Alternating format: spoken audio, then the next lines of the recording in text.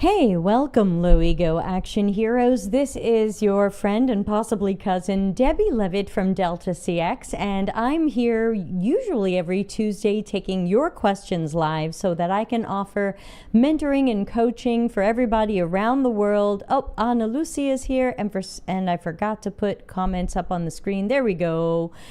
Welcome, Ana Lucia, and welcome everybody. I am here live, so if you have a question, you can put it in the chat and it'll come up here, but it's got your name on it, so you might not want to say terrible things about your job. If you want to do that, you can send your question in via the link on deltacx.com/links. I'm usually here about an hour. If your question comes in later than that, it will be saved for next week. So don't worry, questions are always answered.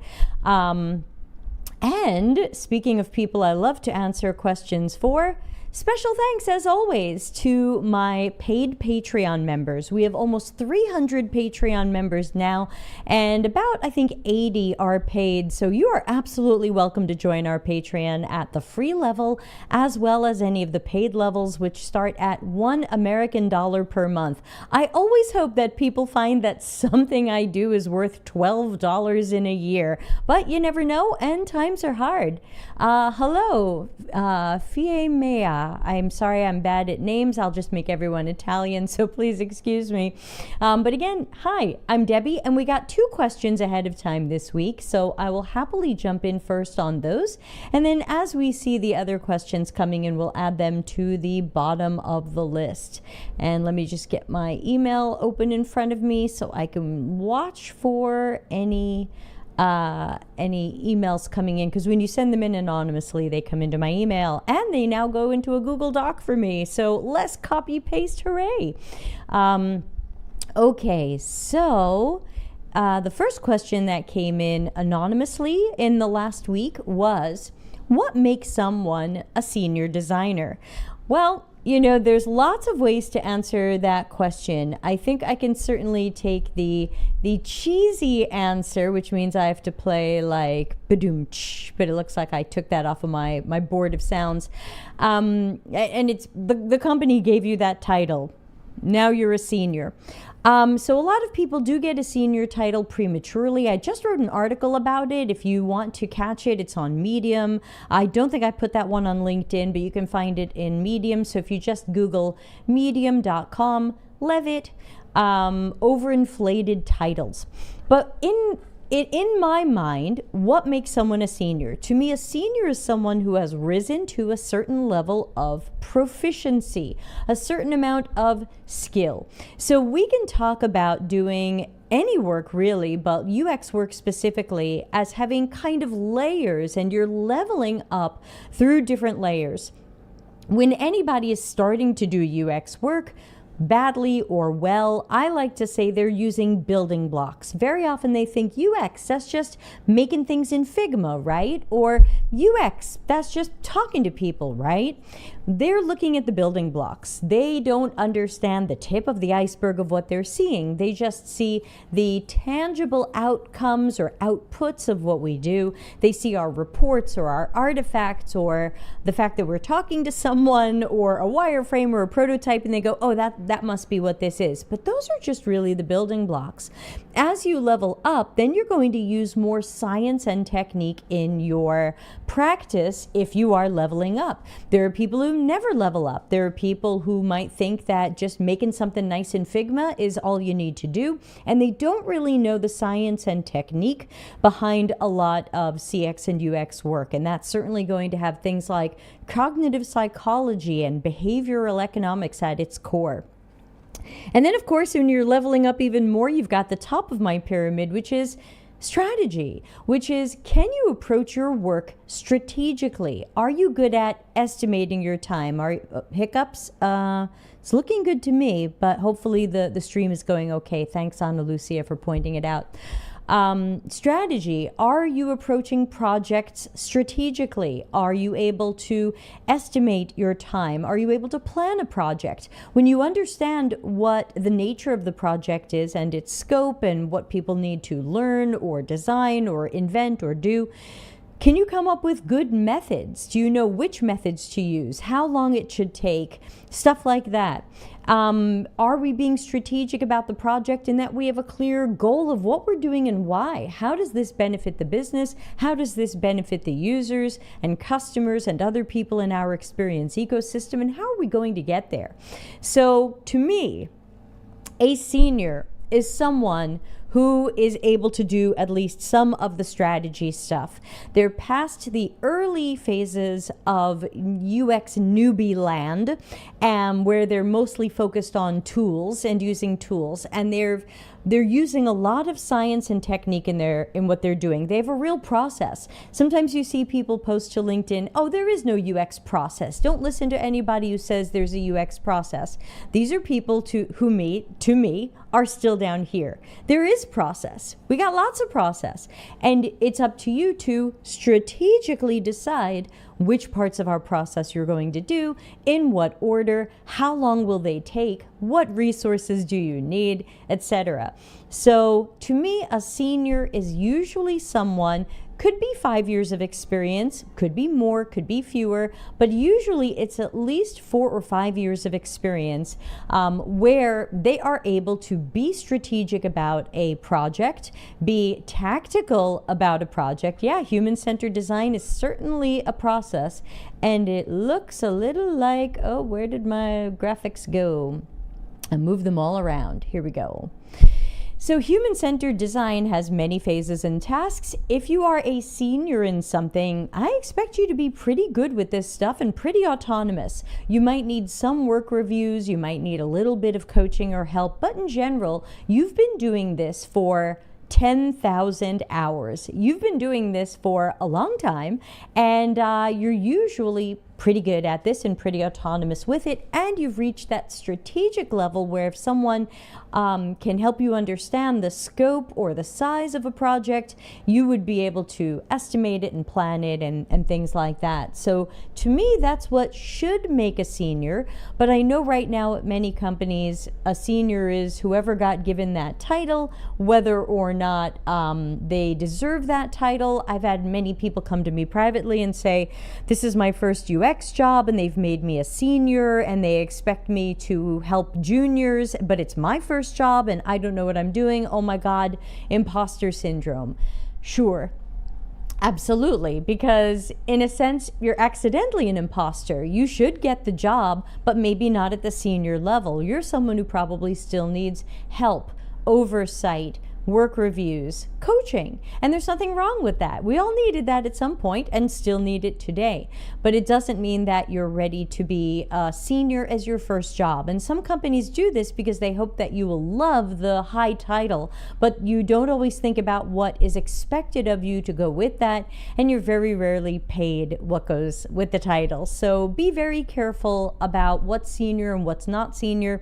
I've had many people come to me in coaching calls and say, I'm in over my head. They are calling me a senior. People expect me to have extensive experience in this. It's my first UX job. Help. And I can help them, and I do private coaching, and I rescue people like this, though I do get paid to do it. And that's where all of this starts getting messy. People get mental health issues, they have anxiety issues, it ripples out to bad stuff, and that's in my article about overinflated titles.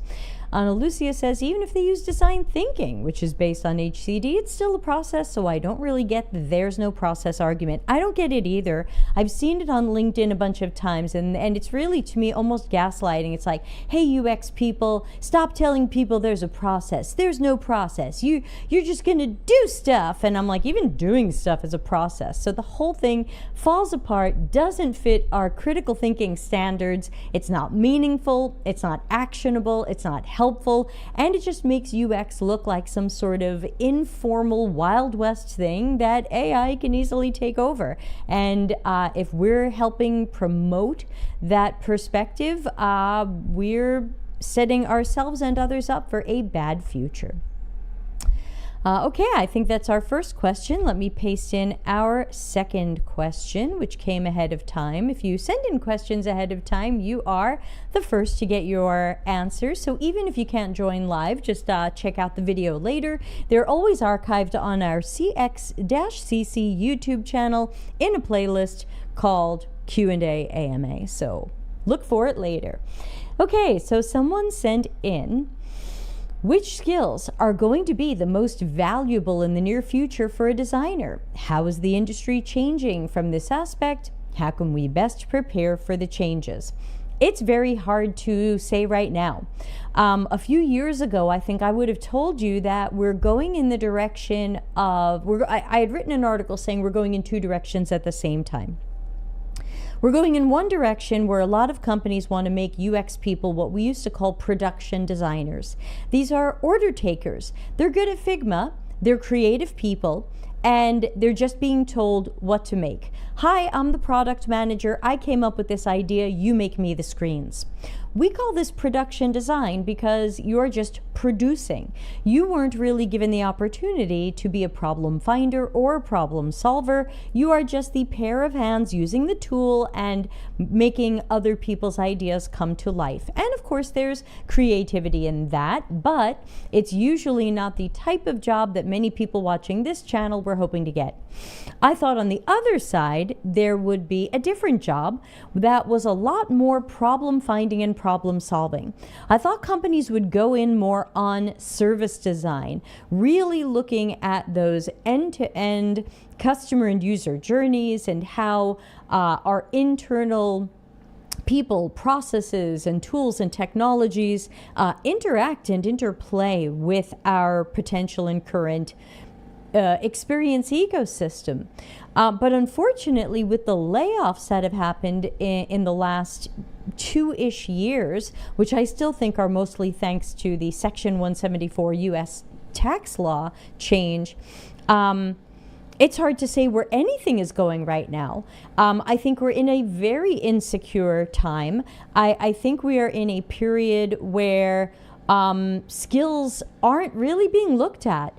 A lot of companies just want the production designer. They used to hire us to be problem finders and problem solvers. I remember being brought in on many projects where it was my job to find and solve problems. I've even talked about that a little bit today in my LinkedIn post and my article about my what I thought was my weakness is probably my strength.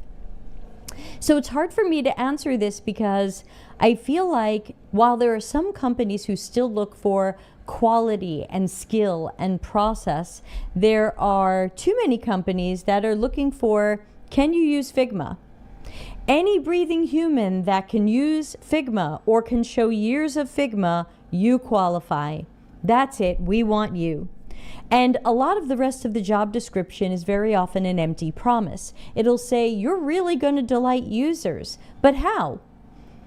If you're just taking orders and making what someone else says, and if their ideas aren't great, are we delighting users? So I think there's a lot of fake stuff being sold to people in job descriptions. So the problem is I don't have a good answer for this right now because I don't see enough companies caring about our skill. They tend to hire lower skilled people who are cheaper. They tend to try to make them order takers. And then eventually someone complains that they're not critical thinking enough. And then everyone goes, yeah, you didn't let them think critically. Why are you surprised?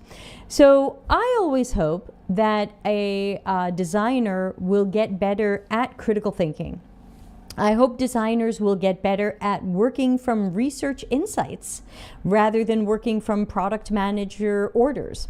I hope that designers will be good at really good prototyping, which currently wouldn't be in Figma. And that's where people go, what? I have to use something else? Figma prototypes aren't realistic. They don't behave the way real stuff does. So I'm still for Axure, which of course is hashtag not sponsored. But until Figma eats Axure's lunch, I am still for Axure, even though it is certainly harder to learn. How do you best prepare for the changes? Savings, money in the bank.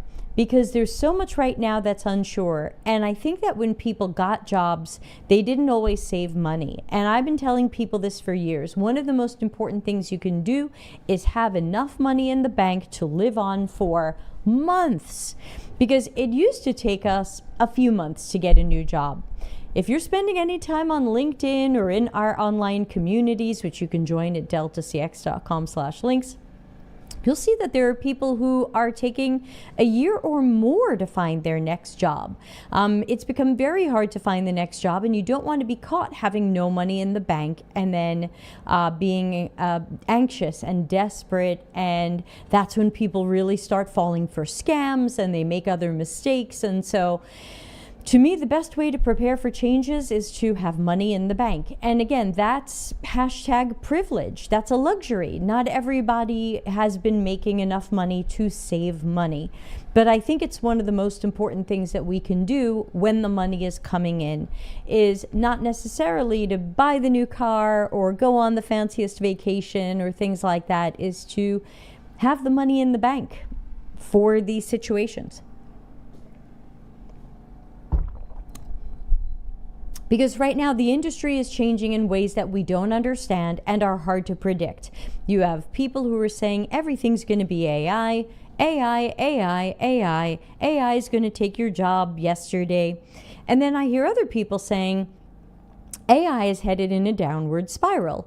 LLMs are starting to be poisoned and they're learning from themselves, and the models are going bad and the information is poor, and AI can only remix what it already knows, so it's unlikely to be innovative.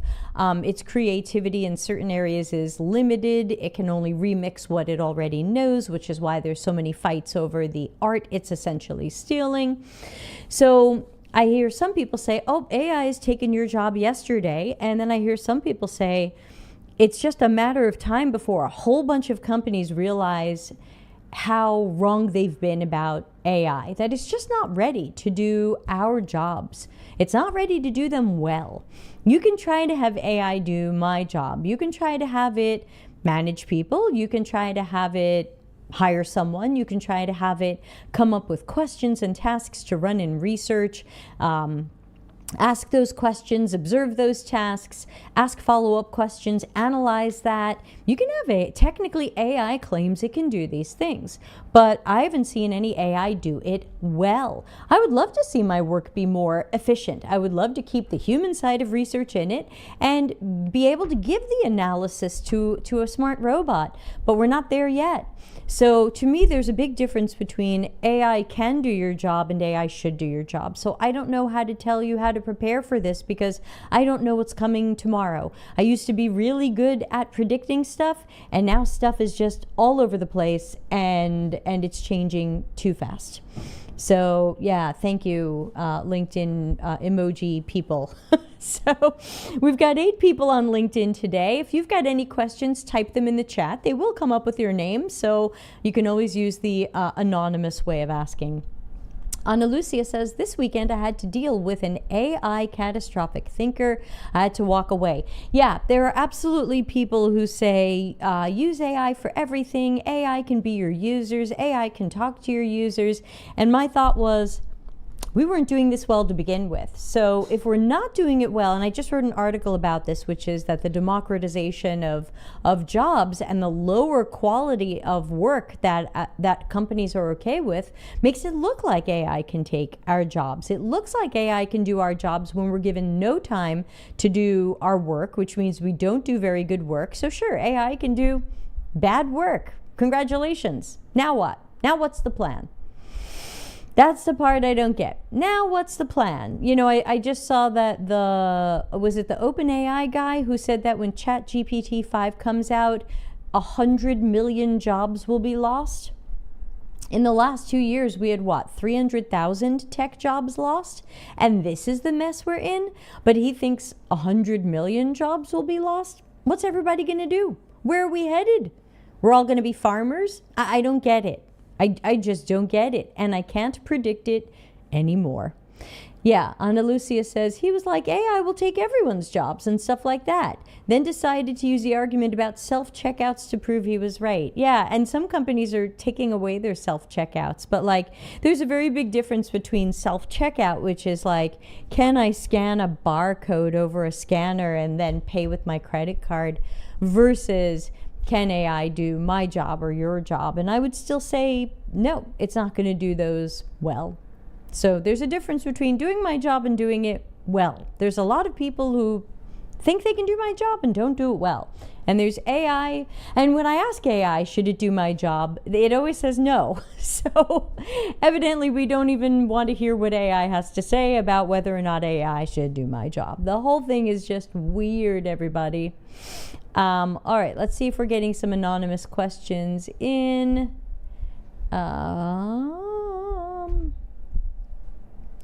No, I don't see anonymous questions. So let's see. If anybody has questions, please ask them, because you will be the first in the short queue of questions today. And I noticed that ever since I bumped up my streaming quality, that our delay is shorter. I think I'm seeing a 20-second delay, so much shorter than it used to be. So if you have questions, I will see them even sooner. But yeah, we got those two questions, and I'm sorry I don't have better answers, but at this point it's very hard for me to predict where anything is going. I was really hoping companies would go in on service design and letting people really find and solve problems, and it looks like that's not what they're doing.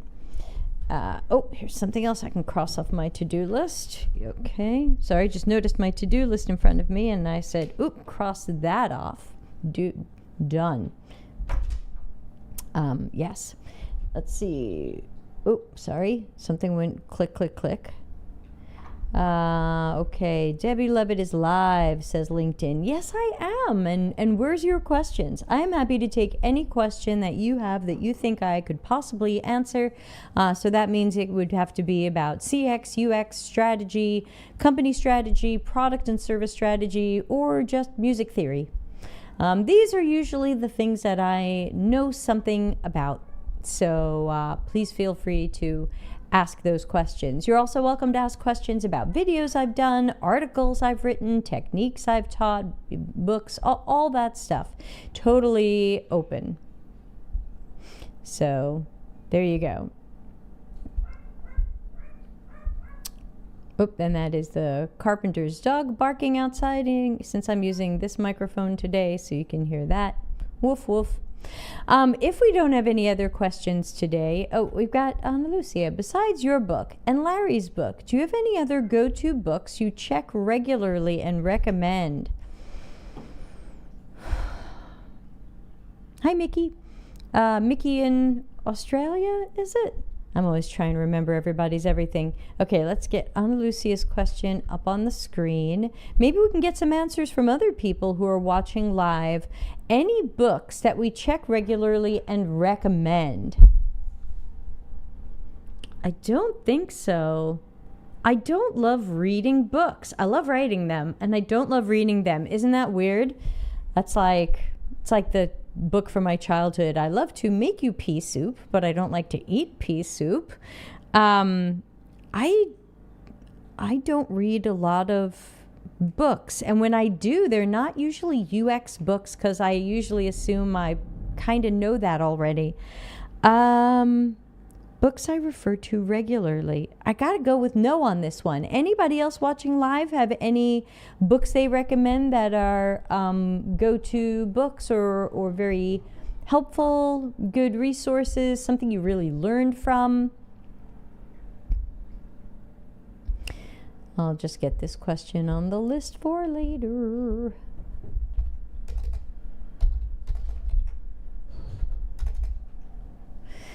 Yeah, sorry. I'm a bad person to ask this. I know that Darren has his list of books that you can find on the interwebs. I think if you search like Darren Hood book list, something, he's got some long lists of books that he recommends based on different topics, but I cannot claim to have read even most of those. books. I do like the information architecture book, the polar bear book, but sometimes I do find it hard to get through. It's quite long, and it can be a little bit library science-y feeling in places. Sorry for this sound. Now I'm filing my nails. I'm trying to get a priority list of reads. I have too many and I'm not sure where to go next. Yeah, I am not sure what to recommend in the universe of books because I don't read a lot of them. Thomas Wilson suggested I read the Practical by Design book to get more familiar with service design. So that's probably the next UX related book that I'll read. Otherwise, when I'm reading books, I'm usually trying to read something a little more fun, like biographies of my favorite musicians and stuff like that. So sorry I'm not much help there, but thank you for the question. I'll always try to answer questions. So hello live folks and 8 people on LinkedIn. Let me know if you have any questions I can answer for you. We will certainly be having another show next Tuesday. So if you send in a question a little bit too late, or you send it into deltacx.com/links after today's show, it will be answered next week. And you can always find these archived on our YouTube channel, CX-CC. Okay, we got something from Mickey. And it looks like this is going to take a few screens to write, so let's wait to see what else Mickey is saying. Hi Debbie, my current product manager isn't sharing the work with me and guards a lot of strategy and decisions. I'm service and strategic design. Okay, so let's see what else Mickey is going to say.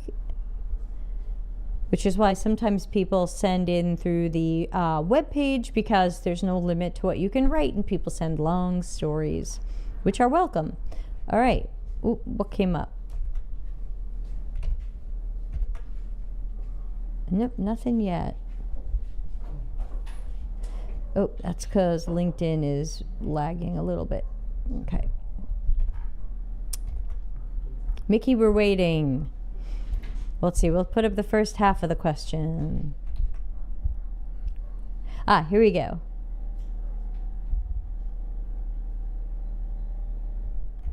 All right, let's copy paste this. And, okay, so my first question would be, when you say you've asked many times, who did you ask? And have you involved your manager? And then I'll read the question out loud for those of you who might not be able to see it or read it, because sometimes you're watching on phones and the text is really small. Okay, so this says, hi Debbie. My current product manager isn't sharing the work with me and guards a lot of strategy and decisions. I'm service/strategic design. I feel there's benefit in delegating, but they're not willing to. I feel not valued and unsupported. Any tips to make them share the work? I've asked many times and still struggling to be involved at the start. Ask the product manager and my manager too. So your manager should be fighting for you here, because this is a process problem being made worse by a personality problem. Because if you had good process, your product manager should be following it. Even if you had wonky process, if your product manager had a better personality and wasn't trying to keep everything for themselves, then they would be sharing, because they expect you to share. They expect you to not be in a silo, but yet they're in a silo. So to me, this has to be brought to someone else, especially if it's blocking you from doing your job well. If someone is going to be judging your performance or doing a performance review on you, and they're going to say, Mickey's in a silo, Mickey's not working well with others, Mickey's making decisions without having the right information, well, you're being set up to fail in that sense. So I would be going to my manager again, and I would probably be asking my manager to talk to that person's manager. And I would say, look, we're supposed to have an empowered team, and that means empowering everybody on the team. We are supposed to not have silos. You don't want me or UX or design in a silo, silo. We don't want the product manager in a silo. The product manager should not be the keeper of all secrets and the only person to understand strategy and the only person to make decisions. Or if we just want to admit that we don't have empowered teams and we don't have empowered people, then let's just go ahead and admit that I'm disempowered and I'm not going to be able to do my job as best as I can. Depends on the context. For research purposes, peer-reviewed articles are better. I am not sure what question you're answering. What question are you answering?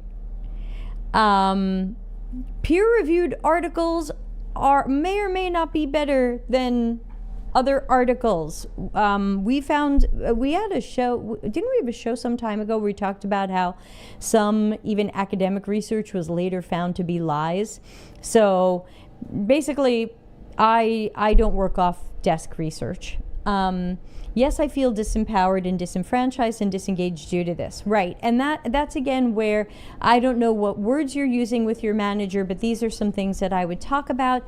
I don't know if HR cares. It's hard to find a company where HR actually cares and isn't just there to keep people from suing the company. But I would definitely want to maybe even have a meeting with your manager and someone from HR and say, look, I'm blocked from doing my work. Here's my job description. You hired me to do these things. I can't do these things. Here's the ones I can't do, or here's the ones I can't do well, because there is someone else who is trying to keep all of the power and knowledge for themselves.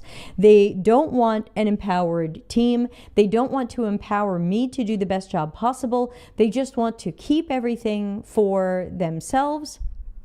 And I understand that they're just trying to save their own butts, but my butt shouldn't be under the bus just because they're trying to save their butt.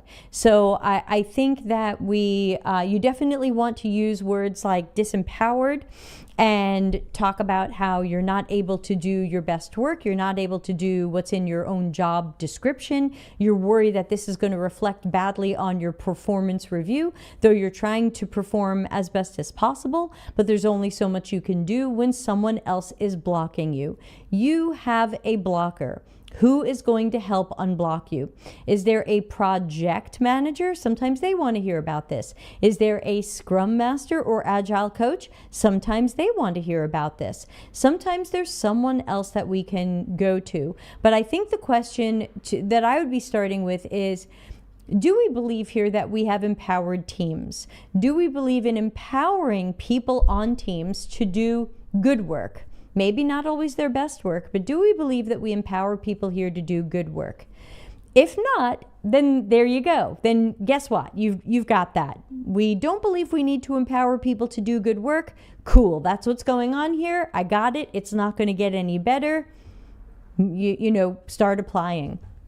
But if this company claims or has values or has other things that say, we're supposed to have empowered teams. And also you have to take a look at process. Process should include collaborating with you at various points. I'm sure the product manager expects you to collaborate with them at various points, share your knowledge, your information, your work, your documentation. So there should be that sharing in the other direction as well. So that's where I think leadership has to be involved, because we have to talk to leadership about what the process looks like. The process is broken. The process is one person taking the ball and running with it. This video is archived on YouTube. You're welcome to share this with your manager if you think it would help. And I would say, hey manager, help Mickey. Mickey is, thing one, fantastic, and thing two, Mickey cares. Because if Mickey didn't care, Mickey would be asking if I can please check their CV and portfolio and help them move on. Mickey is asking how they can do a better job. That means they care. You are lucky to have a worker who still cares, who doesn't want to just phone it in, who doesn't just want to walk away. You have someone who really wants to do a better job for the team, for the product manager, despite the lack of reciprocity, for the company, for the product, for the users. You're lucky you have that, and you're watching it slip through your fingers. You're watching this person become disengaged. You're watching this person feel disenfranchised and left out purposefully. This isn't an accident. Let's not pretend this is an accident. Let's not pretend this is a mistake. Mickey says, so why do you think product managers are afraid of sharing or taking over design tasks? Is it common in the industry? By the way, I'm a contractor. I'll keep raising it with this language. It confirms my thinking. Yeah, it can be hard sometimes where people act like, well, contractors, who really cares what they think? They're just not going to be here that long. But contractors would stay longer if people didn't keep disenfranchising them and saying, it's a self-fulfilling prophecy.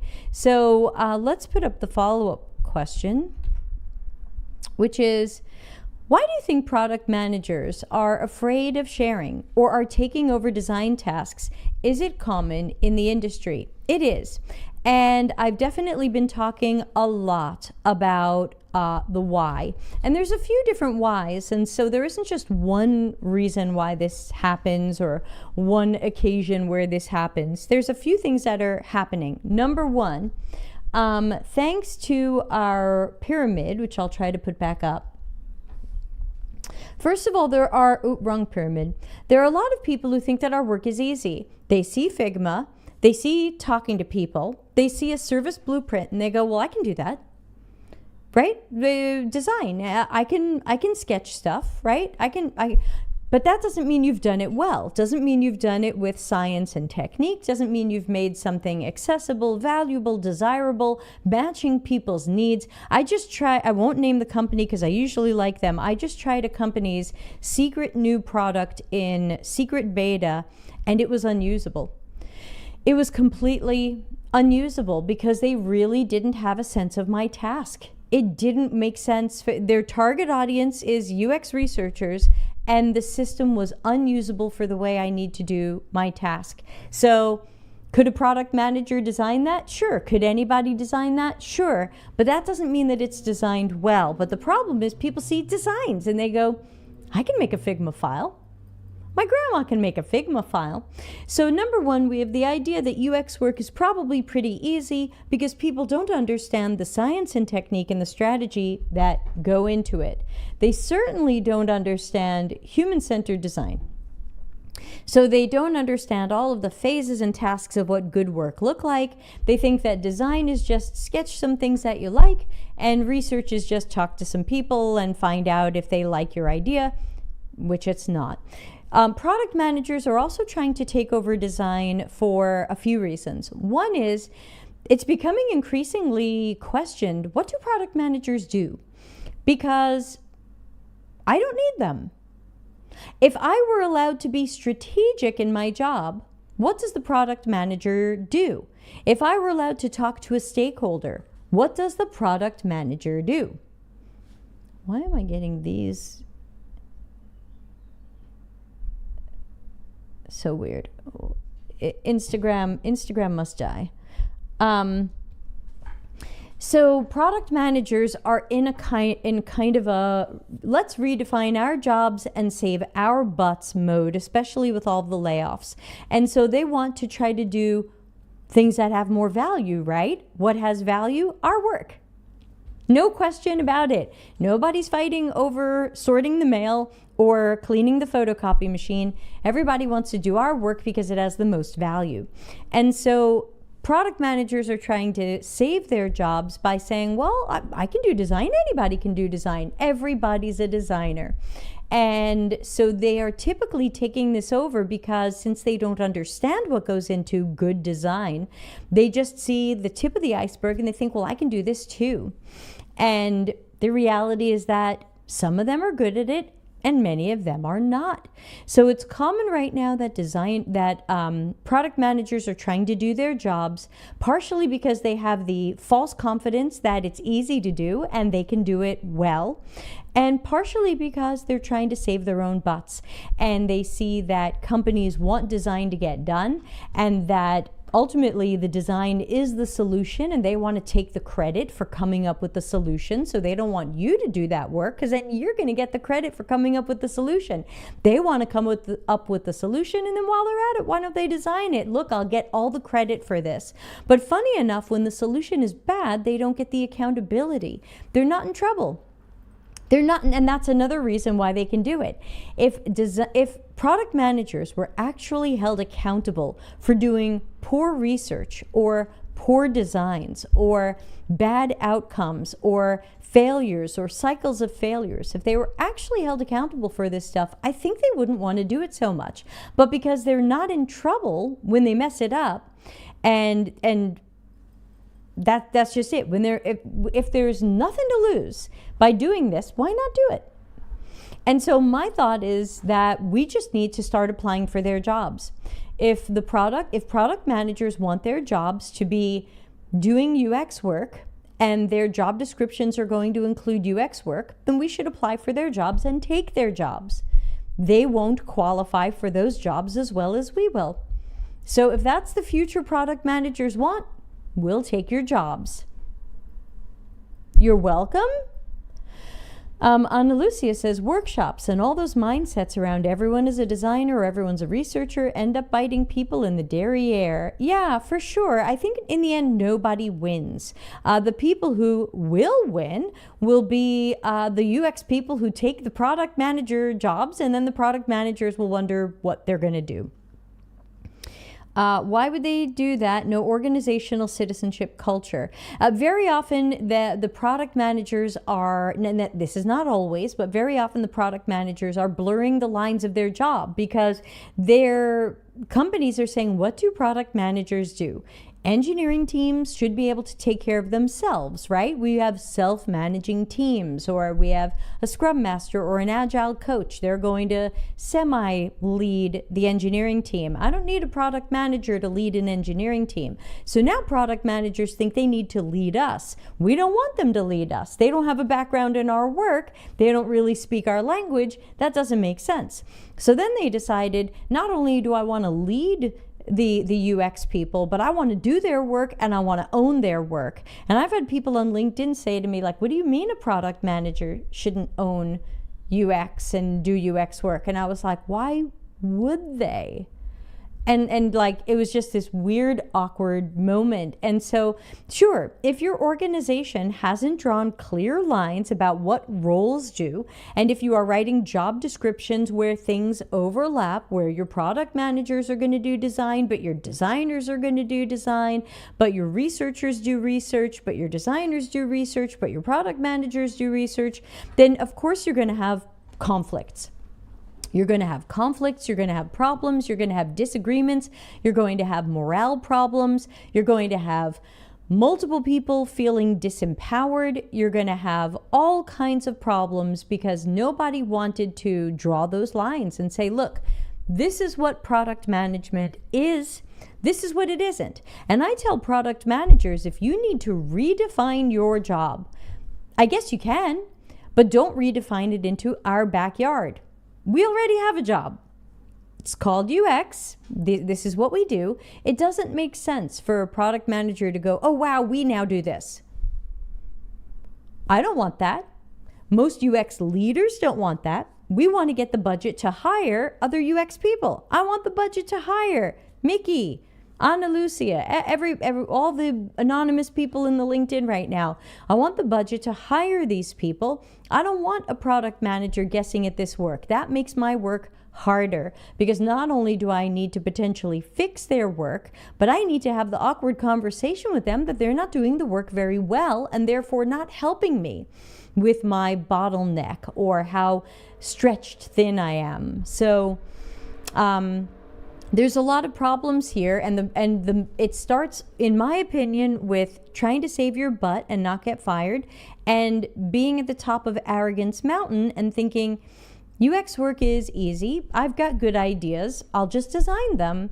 And they just don't know what goes into design. Sometimes people are surprised. I had a product director at a company tell me, I want all my product managers to learn to do research. So I pulled up my famous research graphic, which let's find it.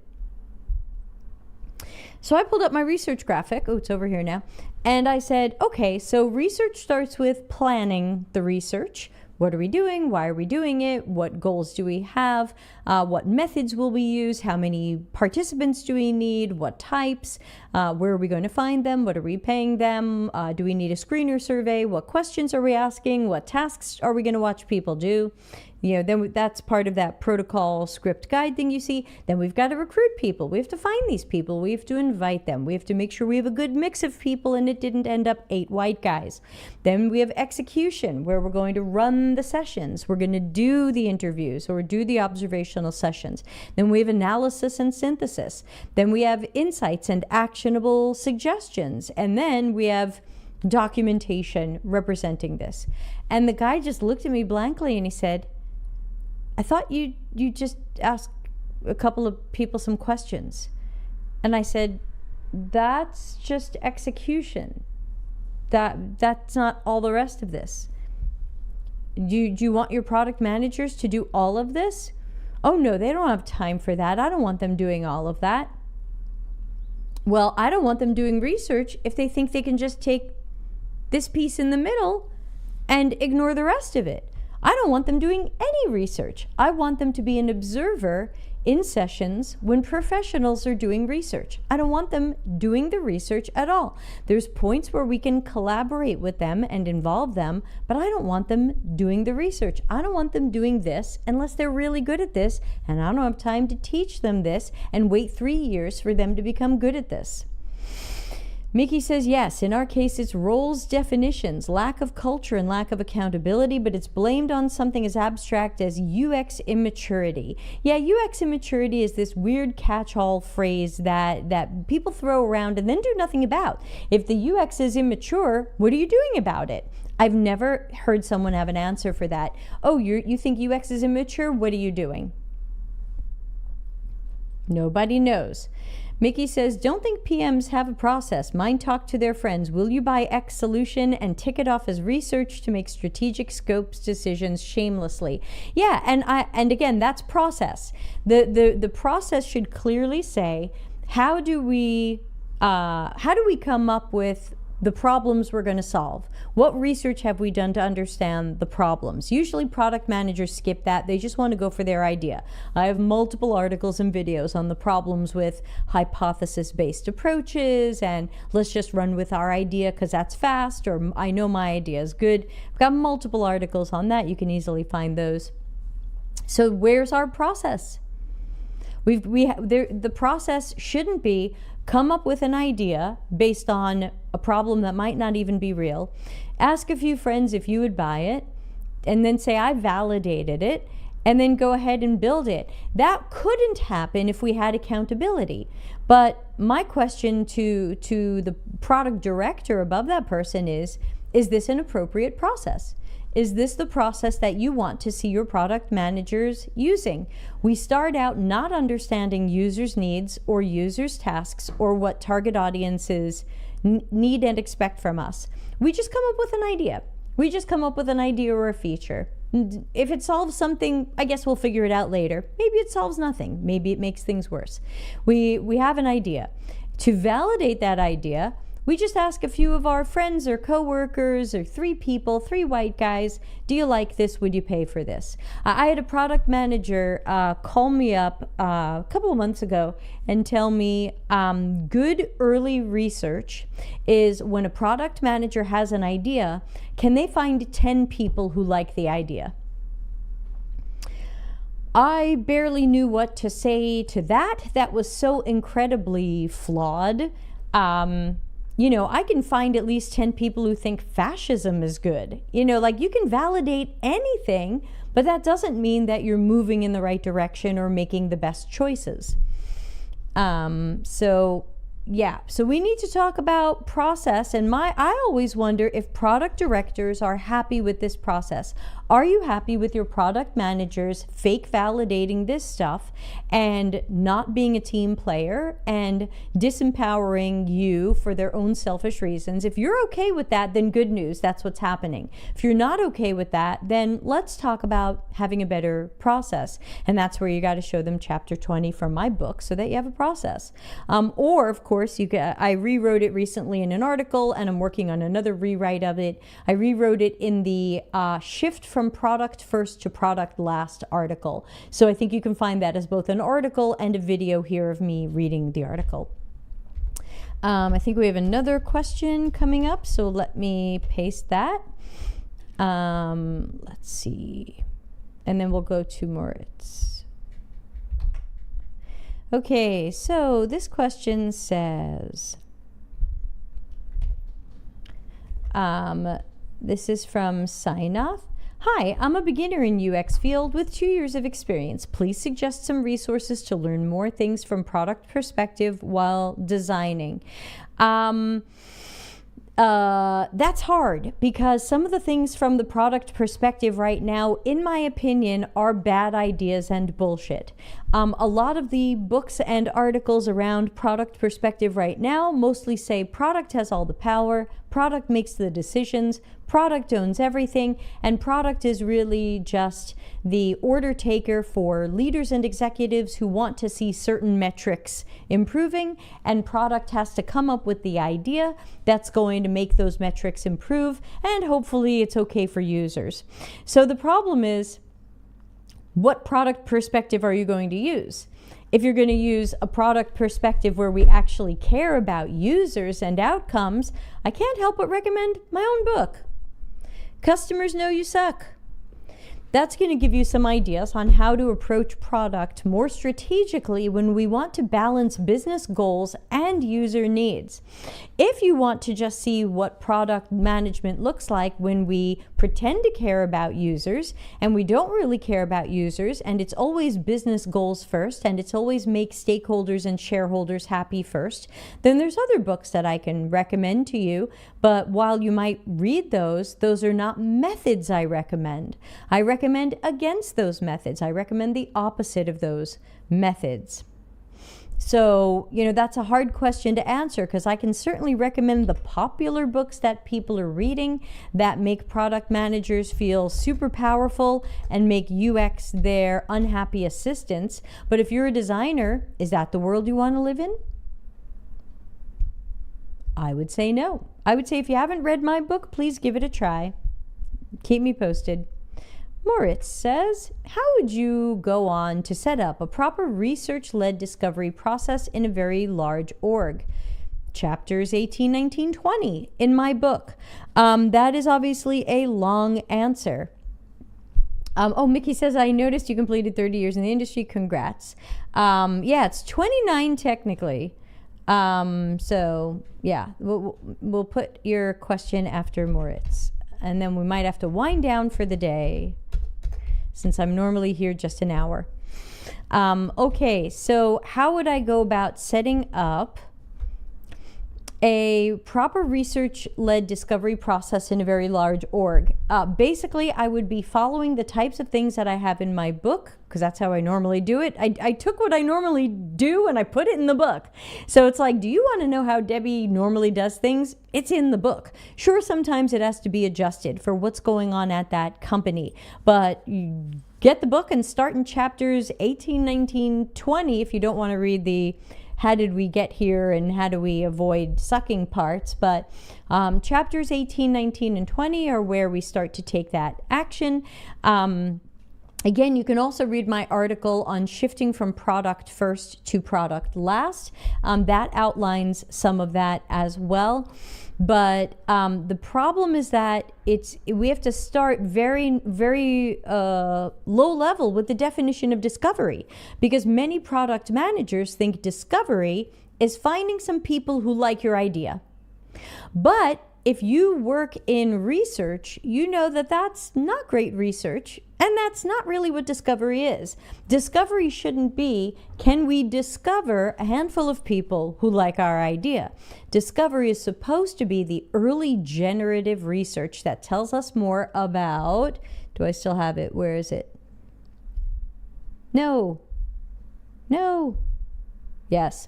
People, contexts, and systems. If we're not getting that together before we do a project, this is probably the feature factory. It's probably hypothesis first, which I've written articles about.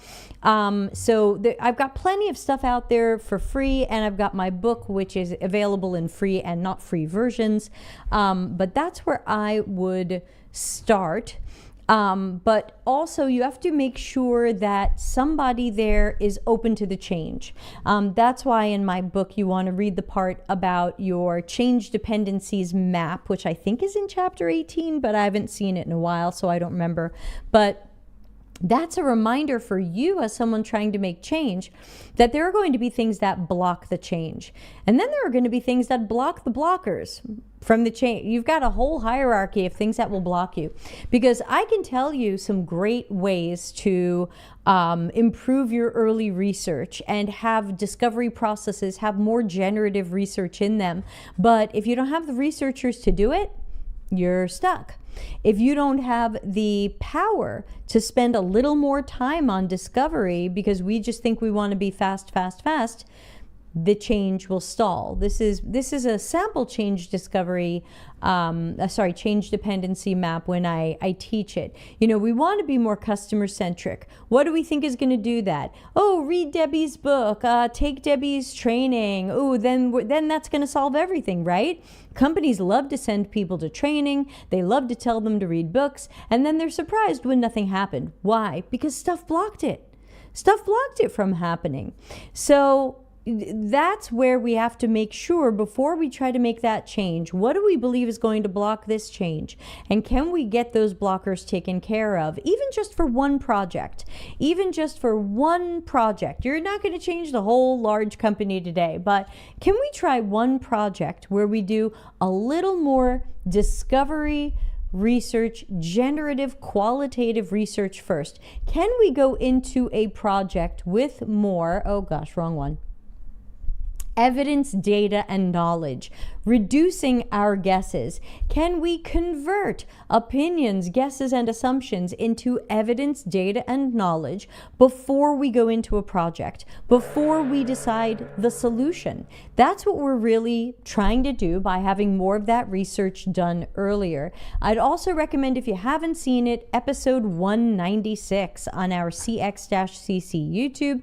You can find that by searching CX-CC and 196 on YouTube. It's an hour-long webinar on how to do this thing on the screen right here, what I call my discovery phase knowledge quadrant, which is mentioned in the book, but it didn't have that fancy name in the book, so I describe it in the book, but it didn't have a cool name. Now it has a cool name, or I like to call it the knowledge quadrant, or KQ for short. And I find that also really helps very early to also help sell the value of research, because when we can get everybody together to do that exercise, or do it asynchronously and give people a day or two to fill it out, then it's really clear. If research can get us this information, these unknowns, fill in the blanks, convert opinions, guesses, and assumptions to evidence, data, and knowledge, then we see that value of research. The value is immediate. I had this question, you answered the question. Now, more circles. Now I can make better strategies, priorities, and decisions. Now we can go into this smarter, better, less risky. So again, there isn't one easy, clean answer to how do we do this. It's something that my book covers in dozens of pages, but that's normally where I start with organizations. Thank you for your answer. I planned something adapted to the quadrant. Yeah, the quadrant is a place to start, but it's not going to solve everything. But sometimes if you can run the quadrant early and you say, what do we wish we knew about people, context, environment, behavior, decisions, collaborators? What do we wish we knew internally? Think service design. What about the way we do things? Our representatives, our salespeople, our technology. What about technology that's out there that we're not using? What do we wonder about that? What do we not know? What do we assume? And then when you have a board filled with stuff, it's great to say to everybody, I don't think we should move forward with guessing at solutions or ideas or hypotheses until we have these answered. Hypothesis is step 3 of the scientific method. Why are we trying to start a process with step 3 of a method? We should be starting with step 1. So there. Okay, just getting what is this again? A WooCommerce email, but my order went through. Hooray! WooCommerce not sponsored. I'm just happy to be buying something today. So WooCommerce not sponsored. Let's put up the not sponsored hashtag on a timer. I love my stuff on timers. Not sponsored. Use WooCommerce if you feel like it. So that wraps us up for today. That was an hour. Thanks to everybody who joined live and might watch this later on YouTube. If you're watching it later on YouTube, please give us a thumbs up, subscribe, and make sure you are active with us. Leave us a comment, leave us questions. And other than that, I will be back. Let's see what tomorrow holds for us. Tomorrow, nothing going on. Friday, nothing going on. So I will be back on Monday. I'm going to be doing a really long free workshop. This is going to run an hour and a half or so, totally free. Starts 11 at night Italy time. So sorry, Europeans and east of me. But it's a workshop I just did for an entrepreneurial center at a university. And I thought it went pretty well. And now I'm going to do it for you. So that way it's on the YouTube channel. And it's called Discovering Product, Service, and Experience Opportunities. And Moritz, it's also for you because it's all about what are some of the mistakes we make when we try to rush into solutions, and what is really that value of doing that early research. So I hope it's something that people will come and see. For many of you who are fans of the show, like Ana Lucia, you can sleep that one off because it's a lot of slides you've seen and only a few slides you haven't. So it's re-putting together a bunch of different things that I've been saying and writing to kind of present it as a way where we can find those opportunities with early research. So thanks again to everybody. I will flame us out of here, and I hope everyone has a good rest of your week. I will be in Germany seeing the live concert of the guy who does our theme song. So I'll see everybody here Monday. Thanks again. Bye.